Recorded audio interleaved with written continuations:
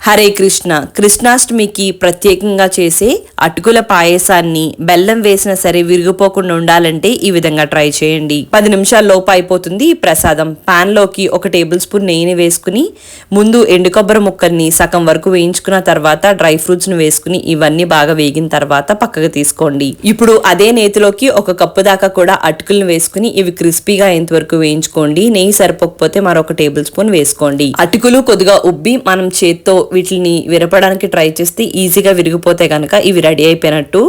ఇప్పుడు దీంట్లోకి 3 కప్పుల దాకా కూడా పాలు వేసుకోండి. మరి చికెన్ పాలు అయితే 1 అరకప్పు దాకా కూడా నీళ్ళని వేసుకుని ఇవన్నీ కూడా హై ఫ్లేమ్ లో పెట్టుకుని ఒక పొంగు వస్తే సరిపోతుంది. ఇక్కడ నేను కాచుకున్న పాలనే తీసుకున్నాను. ఇలా పొంగు రాగానే అటుకులు చాలా మెత్తగా అయిపోతాయండి. ఇప్పుడు సిమ్ లోకి పెట్టుకుని 1 నిమిషం పాటు అలా మగ్గనివ్వండి.